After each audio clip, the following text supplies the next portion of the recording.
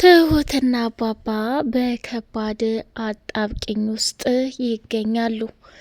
ትሁት ራሷን መቆጣጠር አቅቷት በሊዲያ መውደቅና ሊዲያ በደረሰባት ነገር በጭንቀት እያበደች ትገኛለች። ሊዱ ከደጀኔ ጋር ተገናኘችና ትሁትን ለአንዴና ለመጨረሻ ጊዜ በሰጣት መርዝ መድፋትና ማስወገድ እንዳለባት አስጠንቅቆ ነገራት። ሊዲያም በተሰጣት መርዝ መሰረት እጅግ በጣም በሚያሳዝንና በሚገርም ሁኔታ ወደ ትሁት ጋር ካመራች በኋላ ትሁትን ለአንዴና ለመጨረሻ ጊዜ ልታስወግዳትና ልትገላት ወሰነች። ትሁትም እንግዲህ ከእማማ ጋር ቁጭ ብላ እያወራች ሳለ በመጨረሻም እማዬ ቡና ትጠጫለሽ? ላፍላልሽ? ምን ነው ዛሬ ደባብሮሻል? እያለች ስትላት አይ የኔ ልጅ ምንም ነገር አልደበረኝም፣ እኔ አሁን የምፈልገው ሰላም ነው፣ ስለዚህ ምንም ነገር አትጨነቂ ብላ አለቻት። እንዴት እንደዚህ ታያለሽ እማዬ? ቡና መጠጣት አለብሽ። ጠዋት ስለጠጣ አሁን መጠጣት አልፈልግም፣ ስለዚህ እንደውም መተኛት ነው የምፈልገው ብላ የአባባ ሚስት ልትሄድ ስትል በሚገርምና በሚደንቅ ሁኔታ ደግሞ እቺ ሊዱ የምትባል ሴት ቡናውን አምጥታ መርዝ ያለበትን ቦታ ለትሁቴ ሰጠቻት። ትሁቴን በሚያሳዝንና በሚገርም ሁኔታ ያንን መርዝ እንግዲህ ቡና ያለበትን ልትጠጣ ስትል ሊዲያ ቀማቻትና ትሁት ሳትጠጣው ሊዲያ ድብ እናርጋው ጠጣችና ለጥ ብላ በዛው ቀረች። አባባና ማማ እጅጉን በጣም በሚገርም ሁኔታ በድንጋጤ ፍጥጥ ብለው ቀሩ። ሊዲያ ራሷን ስታ እንግዲህ በማጥፋቷ ማያም ከባድና አደገኛ ጸጸት ውስጥ ገብታለች። አባባ ያስደነገጠው ነገር ቢኖር ምንድን ነው እዚህ ቤት እየተፈጠረ ያለው? ምንድን ነው ይሄ ነገር? ነገሩም አልገባኝ ብሎ ከሚባለው በላይ ግራ ተጋባ። ትሁቴ ራሷን እንግዲህ ማድመጥም ቢያቅታትም የመጨረሻ ውሳኔዋና የመጨረሻዋ ድርጊቷ ግን ካሰበችውና ከጠበቀችው በላይ መሆን እንዳለበት አምናለች። አባባ ያስደነገጠው ነገር ሊዲያን በእንደዚህ አይነት ሁኔታ ልትሆን የቻለችው ነገር ምንድን ነው የሚለው ትልቅና አደገኛ ጥያቄ ሆኗል ማለት ነው። ትሁት እንግዲህ ለአንዴና ለመጨረሻ ጊዜ የቲናን ሰዎች የተባሉትን በር ላይ አቁማ ቲና ምንም አይነት ችግር እንዳልገጠማት እንዲሁም ደግሞ መናገር እንደምትችልና እየሰራች የነበረችው ስራ የውሸት ድራማ መሆኑን ስታፈርጥባቸው በጣም ደንግጠው ራሳቸውን መቆጣጠር አቅቷቸዋል ማለት ነው። በመጨረሻም እጅግ በጣም በሚያሳዝን ሁኔታ እየሆነ ያለውን ነገር አምኖ መቀበል ያቃተው ተመስገን ደግሞ ይሄ ደጀኔ ምን አባቱ ሊሰራ ነው የመጣው? አባዬ ወደድክም ጠላህም ደጀኔ እጄ ውስጥ ከገባ የማደርገውን አላቅም። በቃ ትልቅ አደጋ መፍጠር እንዳለብኝ ይሰማኛል። ከትሁት ህይወት የማይወጣው ለምንድን ነው? ባለፈው እንደዚህ ጥይት ተኩሶ መታት፣ ራሴን መቆጣጠር አቅቶኝ ይሄው አርፌ ተቀምጫለሁ። ለደህንነትና ለሰላም ስል ቤተሰቦቼንም እዛ ከባድና አደገኛ ችግር ውስጥ አስገብቷል። አሁን ደግሞ ምን አባቱ ፈልጎ ነው የመጣው እያለ መናደድ ጀመረ። ሰላም ሰላም! ውድ የተከበራችሁ የተወደዳችሁ የሌላ ኤንዴ መሐመድ ቤተሰቦች እጅግ በጣም በጉጉት የምንጠብቀው የትሁቴ ድራማ እንደቀጠለ ይገኛል። አባባና ትሁት ባልታሰበና ባልተጠበቀ መልኩ ከባድና አደገኛ አጣብቂኝ ውስጥ ገብተዋል። እንግዲህ ሊዲያ በደረሰባት አደገኛና ከባድ ነገር ራሷን መቆጣጠር አቅቷት በጣም ነው።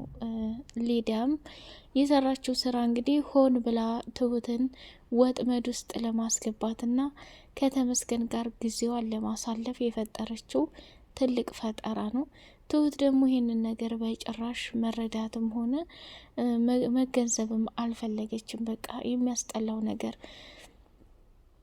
እና ማያ የምታደርጋቸው ነገሮች እጅግ በጣም ገራሚና ታሪክ ነው። ይህንንም እያየች ነው በተደጋጋሚ ማያዬ የኔ ውዴት በማይመለከትሽ ነገር እየገባሽ ራስሽን እንዲህ እንድታደርጊ አልፈልግም። እኔ አባዬ እዚህ የላከሽ እኔ ስላለው ነው። እኔ ባልኖር ኖሮ እዚህ ቦታ ላይ አይልክሽም ነበር። ስለዚህ አንድ ነገር ሆንሽ እኔም ጸጸቱን አልችለውም። በምታደርጊያቸው ነገሮች እባክሽ ቀደም አትበይ፣ አትሞላፈጥጭ ብላለቻት። ትሁቴ እኔ ሰው መለማመጥም አልፈልግም። እችን ሊዲያ ወይት እንደማቃት አሁን ግራ ገብቶኛል። እሷን የማቅበት ቦታ ነው የተቸገርኩት ብላለቻት። ቆይ አንቺ ምንድን ነው ይሄን ያክል እንደዚህ የምትሆኙ? እሷን ማወቁና ለማወቁ ምንም የሚለውጠውም የሚቀይረውም ነገር የለም። ግን አንቺ ብዙ ችግሮችን እየፈጠርሽ የዚህን የቤት ሰላም እንዳታበላሽ ብላለች። የአባባ ሚስት ደግሞ ለሰርጉ የሚጠሩትን ከአባባ ጋር ተመካከሩና በወረቀት እየጻፉ እያለ ወረቀቱን ይዛው ነበርና በድንገት መጣች እና ምን ብትላት ጥሩ ነው? እማዬ ምንድን ነው እያደረጋችሁ ያላችሁት? እኔ ብዙ ድግስና ግርግር አልፈልግም። ከዚህ ከቤት ወጥቼ ከተሙዬ ጋር አብሬ መኖር ነው የምፈልገው ብላለች። እድል እንዴ እድልም ትመጣለች። ሁሉንም ነገር መወያየት አለብን ትሁት። እኔ እኮ እንደ ልጅ አድርጌ ነው ማስብሽ። ይህን ያክል ጊዜ አባዬን ማስቸገርም ስላልፈለግኩ ነው እማዬ፣ የተረዳሽኝ አልመሰለኝም ብላ ስትል እኔ ምንም ነገር ልረዳሽ አልችልም። ትሁት ደስ የማይን ነገር አታደርጊ። የኔ ውድ ባለቤትም ቢሆን ይህንን ነገር ማድረግ እንዳለብን ተመካክረንና አምነን የወሰንነው ነገር ነው። ለማንኛውም ዛሬ እድሌ ትመጣለች። ስለዚህ ያለውን ነገር ደግሞ እንወያይበታለን ብላለቻት። እንዴ ማሚ እድል ትመጣለች እንዴ አልነገርሽኝም አለቻት። እንደ አጋጣሚ እድልም ሰተት ብላ መጣችና እናቷን እቅፍ አድርጋ መሳም ጀመረች። አባባንም ስትስመው እጅግ በጣም ተገረሙና እድል በጣም አምሮብሻል፣ በዛ ላይ ደግሞ ጥሩና መልካም ሰዎች ናቸው እንደ የገጠሙሽ፣ ተንከባክበው ይዘውሻል የኔ ልጅ ብሎ አላት። አዎ አባዬ ከምትላቸው በላይ ለየት ያሉ ሰዎች ናቸው። እጅግ በጣም በሚገርምና በሚደንቅ ሁኔታ ደግሞ ባልታሰበና ባልተጠበቀ መልኩ ወደዚህ ቤት መጥቼ እማየን እንድጠይቅ ፈቀዱልኝ። አዎ እንዴ አንዳንዴ እኮ ኮንትራት ይሉና ይወስዱና የፈለገው ነገር ቢከሰት ያንን ነገር እሺ የማይሉ ሰዎች አሉ። አንቺ ደግሞ እድለኛ ሆነሽ እናትሽን እንድታይ ፈቀዱልሽ ብሎ አላት። አሁን አባዬ ብዙ ነገር አለው ብላ አለች። እንግዲህ እድል እያሳለፈችው ያለው መከራና ስቃይም መናገርም አልፈለገችም። መጨረሻ ላይ ከትሁቴ ጋር ቁጭ አለችና እድል ያው ሚዜ አንቺ እንደምትሆኚ ተስፋ አለኝ። ምክንያቱም እኔ አሁን ላይ ምንም አይነት ጓደኛ የለኝም። ከአንቺ ውጭም ደግሞ ቀርቤ ያወራሁት ሰው የለኝም። እሺ ከትሁቴ ጋር ሚዜ የሚሆነው ታዲያ ማን ነው? ለእኔ ምንም ችግር የለውም። አሁን ያለሁበት ስራ ቦታ ባይፈቅዱም እንደምንም ብዬ ለአንድ ቀን መሆን አያቅተኝም። ሲቀጥል ደግሞ እኔ ብቻዬን ሊሆን አልችልም። ስለዚህ ሰው መፈለግ አለብሽ። አንዲት የድሮ ጓደኛ ነበረችኝ፣ እስኪ እሷንም እፈልጋታለሁ ብላ አለች። ሊዲያንም እጠይቃታለሁ ብላ አለች። ሊዲያ የደረሰባት ነገር በጣም አደገኛና ከባድ ነው። ደጀኔም አንገቷን ሴት እያደረገ የተፈጠረውንና የሆነውን ነገር በሙሉ እያናዘዛት ይገኛል ማለት ነው። እዛ ቤት ያስገባውሽ እንደ ቀልድ ልትጫወች አይደለም። ስለዚህ ትሁትን በሰጠውሽ መርዝ ተመስገንን ማጥፋት አቅቶሽ ትሁትንም እንድታጠፊልኝ ይፈልጋለሁ። በቃ እኔ በህይወት እያለሁኝ ቤተሰቦችን አስደፍራና አስነቃ ተመስገንን አግብታ ልትኖር አትችልም የሚል ከባድና አደገኛ ንግግርን ተናገረ ማለት ነው። ይሄ እንግዲህ ያልታሰበ ትልቅ ጅልነት ይመስላል። በመጨረሻ እንግዲህ ወደዱም ጠሉም ትሁትና ተመስገን የሚጋቡበት ጊዜ ወስነው የጨረሱ ናቸው። ሌላውና ትልቁ ነገር ደግሞ ተመስገን ከትሁቴ ጋር ማያና ሊዲያ ውሃ እየተራጩ እየተጫወቱ ነበርና እነሱም አብረው ተደብልቀው ከውሃው ጋር እየተረጫጩ መጫወት ጀመሩ። ባላሰበችውና ባልጠበቀችው መንገድ እንግዲህ በርዶኛል፣ ወደ ክፍል መግባት ፈልጋለሁ ብላ ተያይዘው ወደ ክፍል ገቡ። ወደ ክፍል ከገቡ በኋላ በሚገርምና በሚደንቅ ሁኔታ አብረው ለማደር እየተነጋገሩ ሳለ እሷ ደግሞ አልችልም፣ ካንተ ጋር አብሬ መተኛት አልችልም ብላ ስትለው በጣም ደነገጠና እንዴት አትችም? ምንስ ቢፈጠር ምንስ እኔና አንቺ ብዙ ነገር አሳልፈናል። የመጨረሻ ውሳኔ ይሄ መሆኑ በጣም አሳፋሪና ከባድ ነገር ነው ብሎ ተናገረ። እሱም በጣም በሚገርምና በሚያሳዝን ሁኔታ እንግዲህ ወደዱም ጠሉም ይሄን ነገር መቀበል ስላለባቸው ተመስገንም ትሁቴ ለተፈጠረውና ለሆነው ነገር በጣም ይቅርታ፣ እኔ እንደዚህ አይነት ነገር ይሆናል ብዬ አንድ ቀንም አስቤም አላቅም። አሁን ጸጸቱ ሰላሜን እየነሳኝ ነው።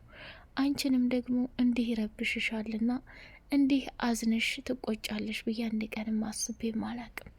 እባክሽ ይቅር በይኝ እያለ በድጋሚ ይቅርታዋን ቢጠይቃትም እሷ ግን ውስጤ ሊፈቅድልኝ አልቻለም፣ ፍርሃት ነው የተዋጥኩት እያለች መናገር ጀመረች ማለት ነው። በጣም ገራሚና አስቸጋሪ ነገር ነው። መጨረሻ ላይ እንግዲህ ለአባባ ሚስትም እውነታውን ልትናገር ስትል ትሁቴ ከጊዜ ወደ ጊዜ እንደሚተዋት 100% አይጎዳኝም ብለሽ ካሰብሽ ተመስገን፣ ምንም ቢፈጠር ምንም እኔ ካሁን በኋላ ያ ያደረኩትን ነገር ለእኔ ከባድና አደገኛ እስረኛነት ነው የፈጠረብኝ ብሎ ነው የተናገረው ማለት ነው። ውድ የተከበራችሁ የተወደዳችሁ የሌላ ኤንድ ሙሐመድ ቤተሰቦች እንግዲህ ትሁት ድራማ ይሄንን ይመስላል። በቀጣይ ፓርት ምን እንጠብቅ ከሚባለው በላይ እንግዲህ ትሁት አሁን ላይ በጣም ግራ የተጋባ ስሜት እየተሰማት ነው። ቤተሰብ ሌላውና አስደንጋጩ ነገር ደግሞ ሊዲያ እንደዚህ የሆነችው በዚህ በደጀኔ ምክንያት ነው።